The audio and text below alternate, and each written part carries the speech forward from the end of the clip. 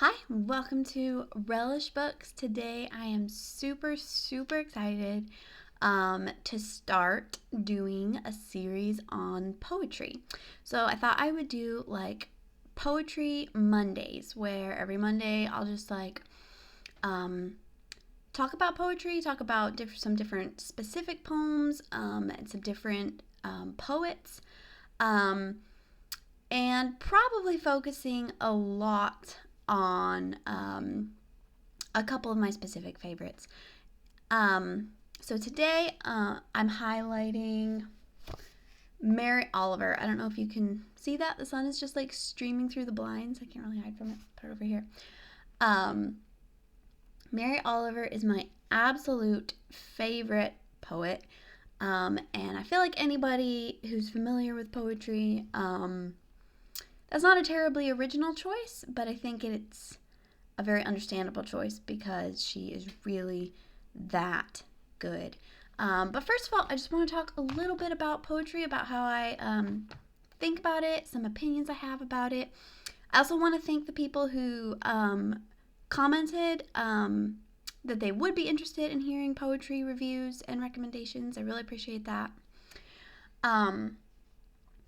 But poetry, sometimes I feel like, and maybe not so much in a community of people who are interested enough to be like watching these videos, but I feel like people have some pretty big misconceptions about poetry. Sometimes I feel like if you say that you like poetry,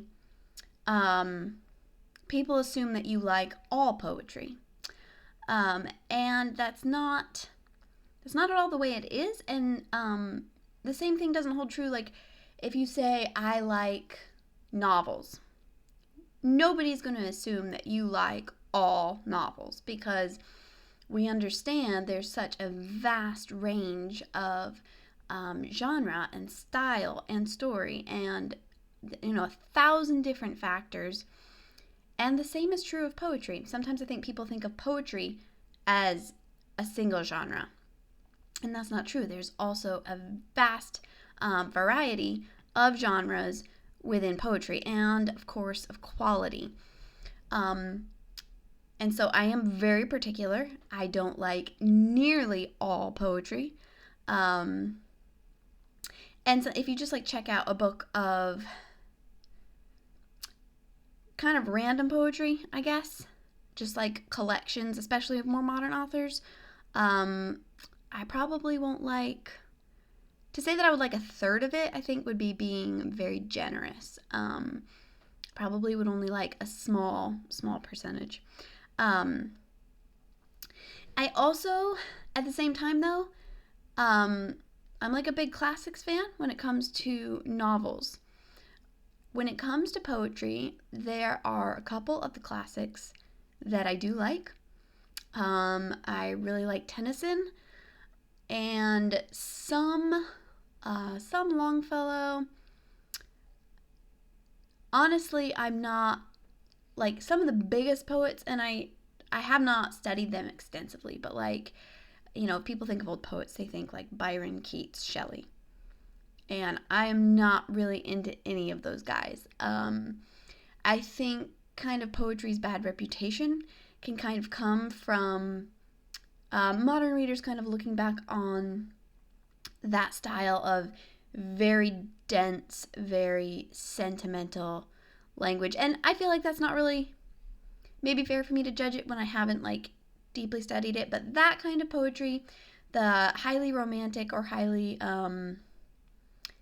basically the poetry that kind of just talks and talks, I am really not a fan of. I know people really love Wordsworth. I've heard him praised a lot. I tried to read some of his stuff. I really couldn't get into it. So I'm not a huge fan of very dense poetry. What I really love is poetry that's very light and like kind of is very peaceful and breathable, I guess.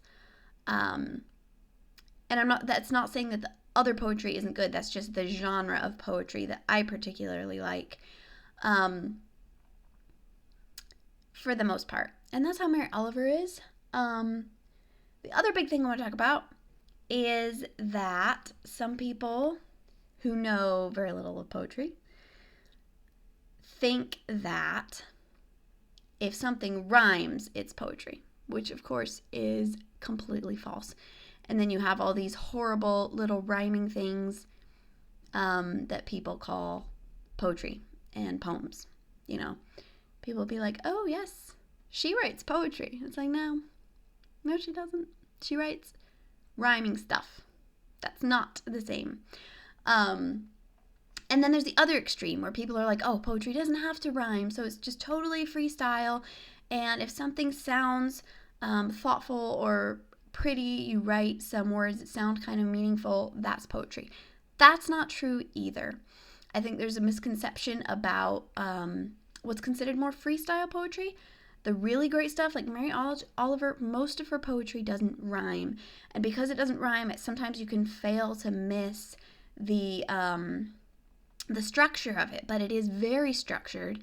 Writing poetry like hers that sounds so simple is actually incredibly difficult.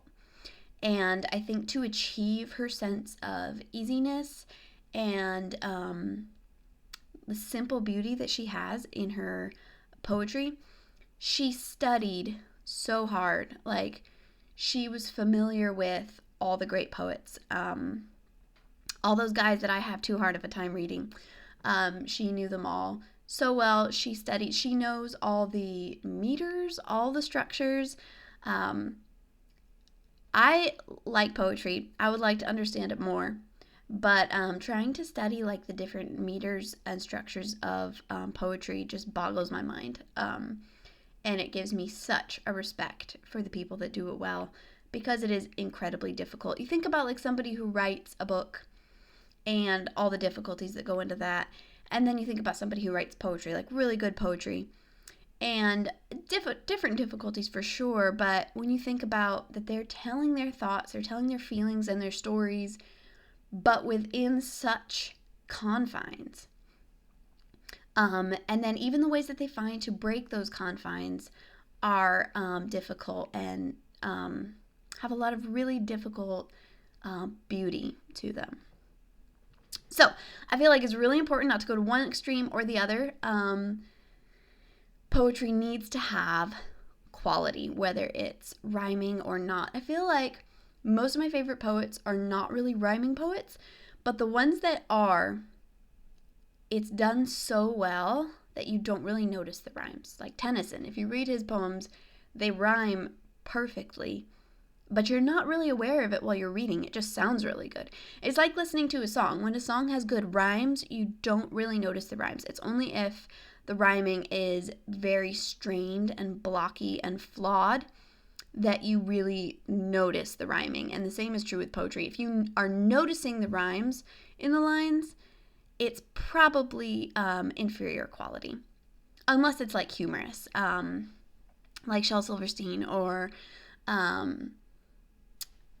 what's the guy who writes Jack London? No, it's a different guy. Robert Service. He is hilarious. His poems are really clever. So if you have that like wittiness too with rhyming, again, I think that's really good. Poetry for me is pretty easy to tell. Kind of like with novels, it's pretty easy to tell quality from bad quality. If it sounds good, if it feels good, they probably did a good job, you know?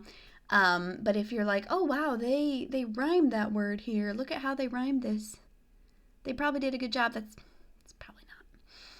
Anyway, for today, the main piece of work I'm highlighting is Mary Oliver's Dream Work. This is one of her earlier collections. It's hard to like figure out the chronology of her books, because when I like look in the fronts of them to try to be like, okay, when did each thing come out, it's confusing because they're arranged differently in the different books.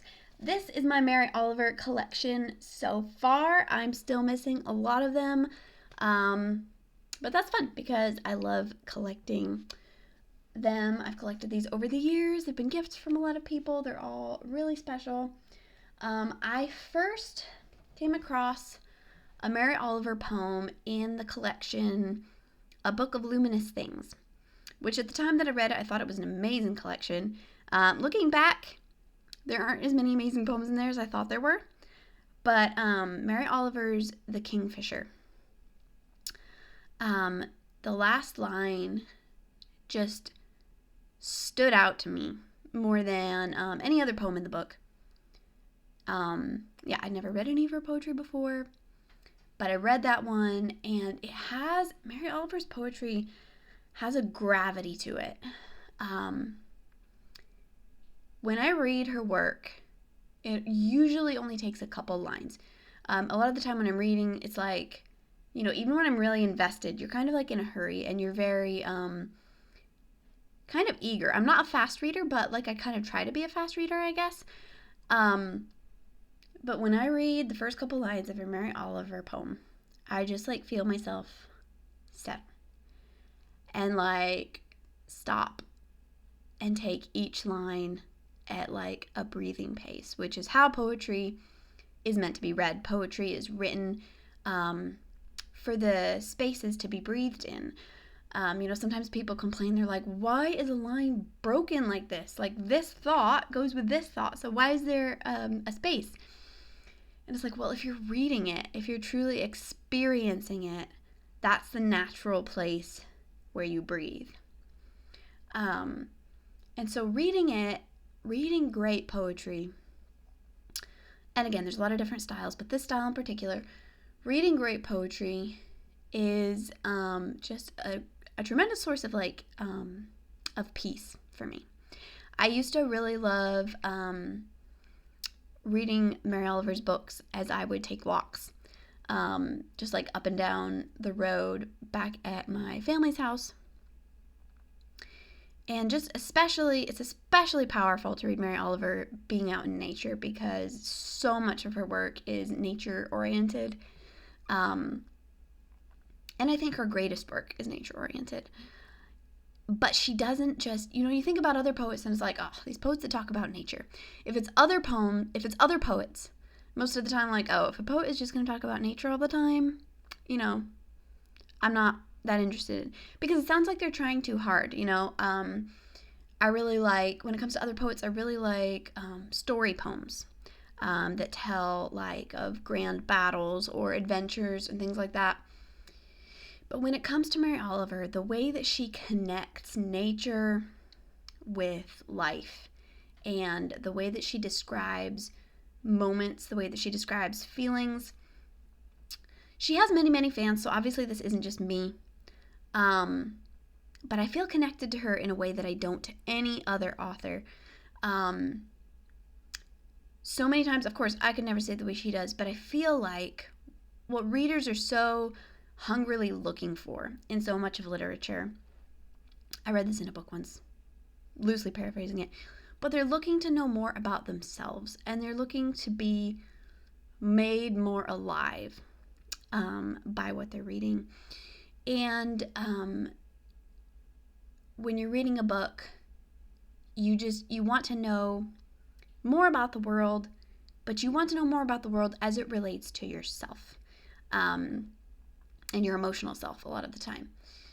And so, a lot of times if we don't like a book, it's because, well, I couldn't connect to it, So, Mary Oliver expresses words in a way that I feel like if I was able to express myself the way that I wanted to, that's what I would say.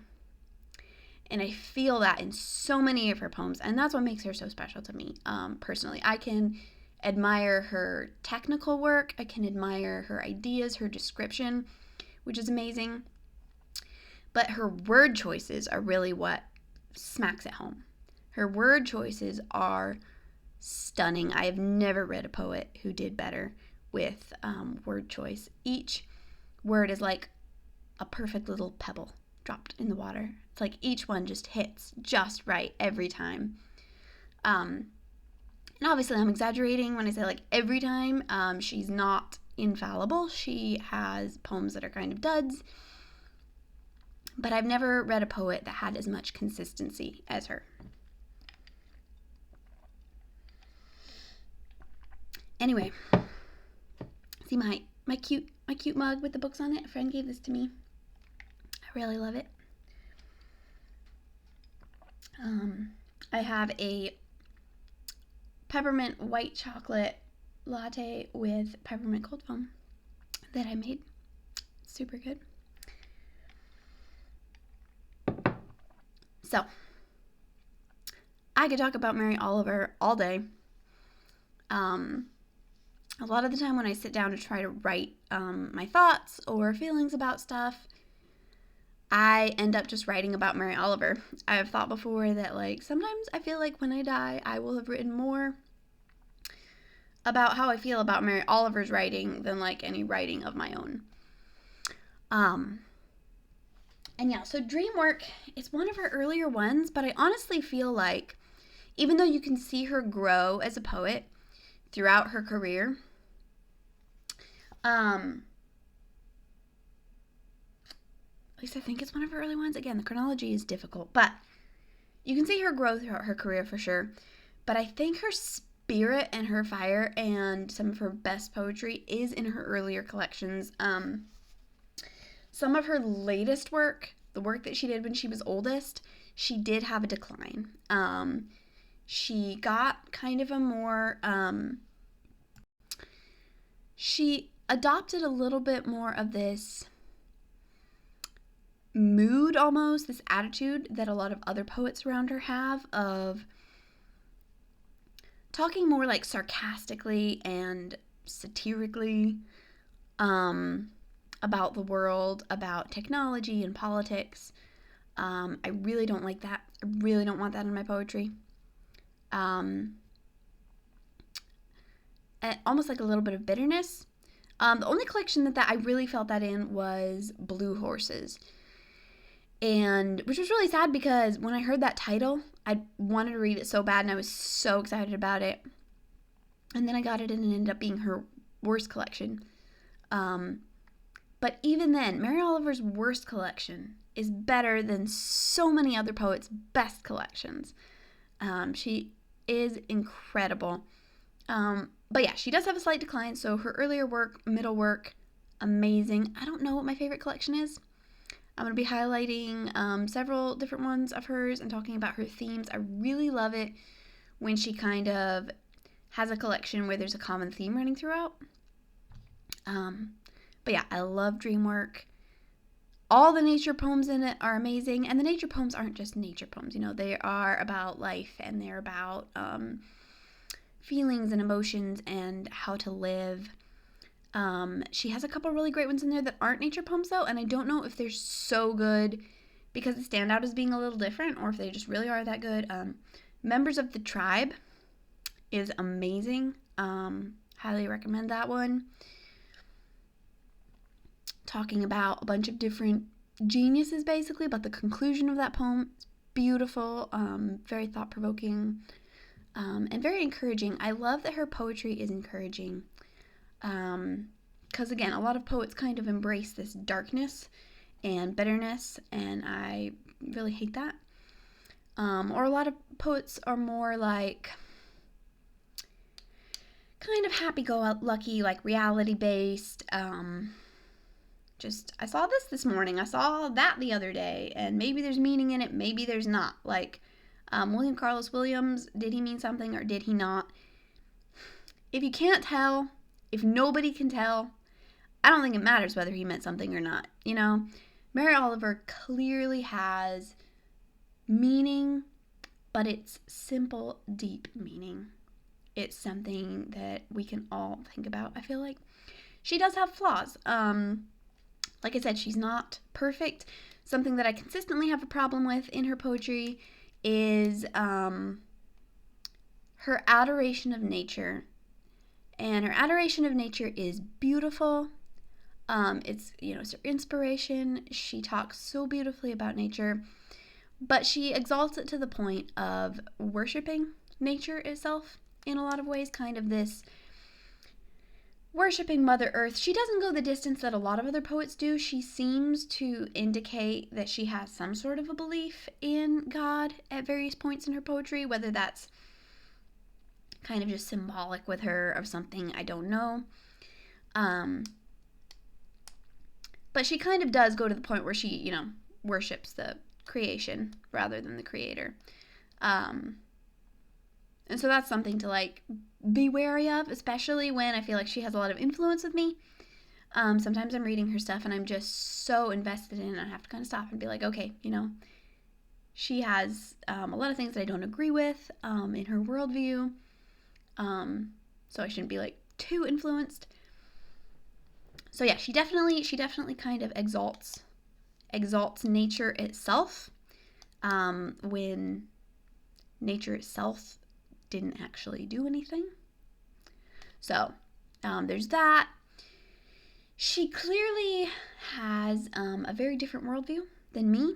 I see that at various times in her poetry.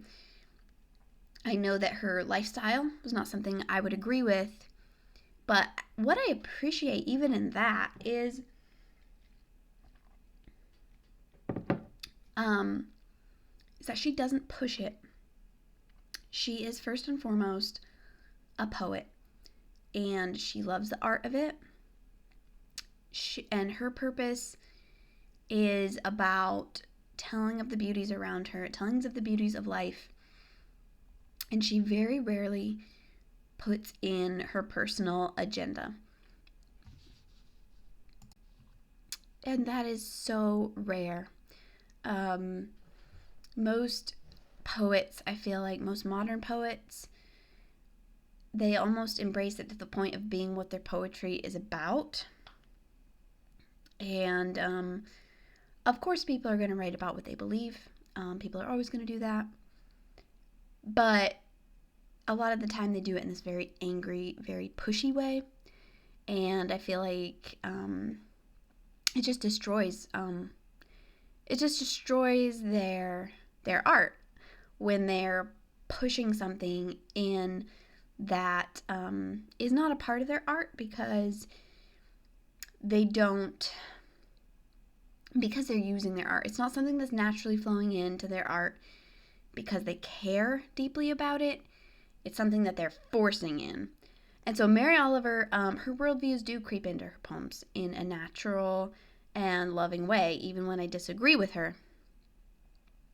And so I really, really appreciate that here's a poet who, a writer who I probably in so many ways couldn't disagree more with, who still has such tremendous beauty and influence because she does what she's doing so well, and she doesn't push her worldview because that's not her point. Or I should say she doesn't push her agenda. Obviously, all of her poems are her worldview in a sense, but she doesn't push her politics. She mentions it at points, but she's not pushy about it. Her lifestyle is only hinted at.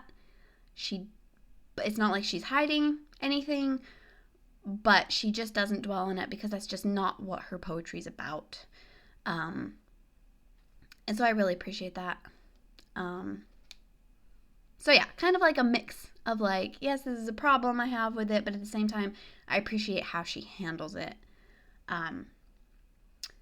So yeah, I could talk about all kinds of my favorite poems of hers, but I will be doing more videos on more of her work, because she's also a tremendous essayist. I feel like when somebody's a poet first, and particularly Mary Oliver, because she has such a grasp and precision of language, that when she does choose to write in a different style, when she's writing essay form, she's amazing at that too, because she already has the tools of discipline. So yeah, her writings on other authors are really amazing as well.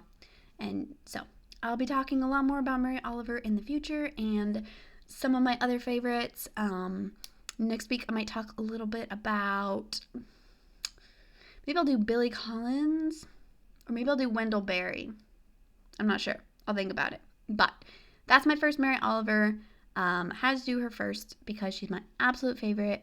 Let me know what you think of her work. Let me know what poets you love. Anything you'd like to hear about. Thank you so much for watching. Bye.